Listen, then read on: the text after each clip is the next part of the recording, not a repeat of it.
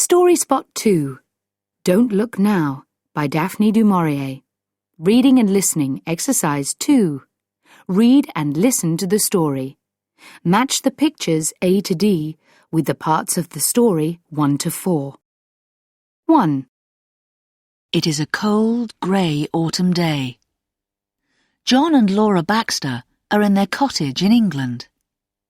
Laura is reading in front of the fire and John is working at his desk.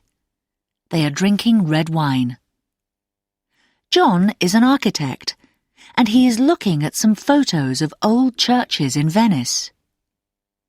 John and Laura's children, a boy and a girl, are playing in the garden. The little girl, Christine, is wearing a red coat. She is playing with a ball near a pond. Her brother is riding his bicycle. Christine throws her ball and it goes into the pond. At the same time, her father spills his drink and the wine goes on a photo. He cleans it and he sees a strange figure in the photo. He can see a small person in a red coat in the church. Suddenly, John gets up from his desk and runs out of the cottage. He doesn't know why. He runs into the garden and finds his daughter's body in the pond. She is dead. 2. A year later, John and Laura go to Venice for a few months. John is repairing an old church. Their son is at a school in England. When they arrive, they see a group of people near the canal. The police are taking a dead body out of the water. There is a murderer in Venice. One afternoon, John and Laura go to a restaurant near their hotel for lunch. 2 old English women are sitting at a table near them. The women are sisters, and one of them is blind. Laura is not hungry. She goes to the toilet. The 2 sisters follow her. The blind sister says to Laura, "I can see your little daughter with you at your table. She's wearing a red coat, and she's happy now." Laura is shocked. How can the blind woman know about her daughter? Laura goes back and tells her husband, "Our daughter is happy, John."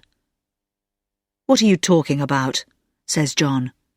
"Christine is dead." "No, that blind woman has got special powers, John. She can see our daughter with us. It's fantastic." John is not happy. He is angry with the blind woman. But for the first time in a year, Laura is in a good mood. 3. Venice is an old city. It is full of tiny streets, grey buildings and dark canals. It is often foggy. One foggy evening, John and Laura are walking round the city and they get lost. There aren't any people in the streets. Sometimes, John thinks he sees a small figure in a red coat. Is it the ghost of Christine, his daughter? But John doesn't believe in ghosts.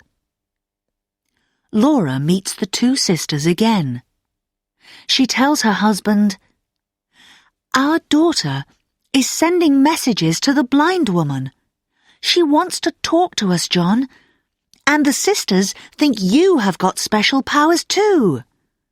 "Don't be crazy," replies John. Laura and John get a phone call from England. Their son is ill. Laura goes back to visit him. John stays in Venice. One day, he sees Laura and the 2 English sisters on a boat on a canal. Laura is wearing a black dress. "Laura! Laura!" he shouts. She doesn't hear him. But how can she be in Venice and England at the same time. 4. John goes to the Italian police. They listen to his story and then phone the school in England. Laura is there with her son. John doesn't understand.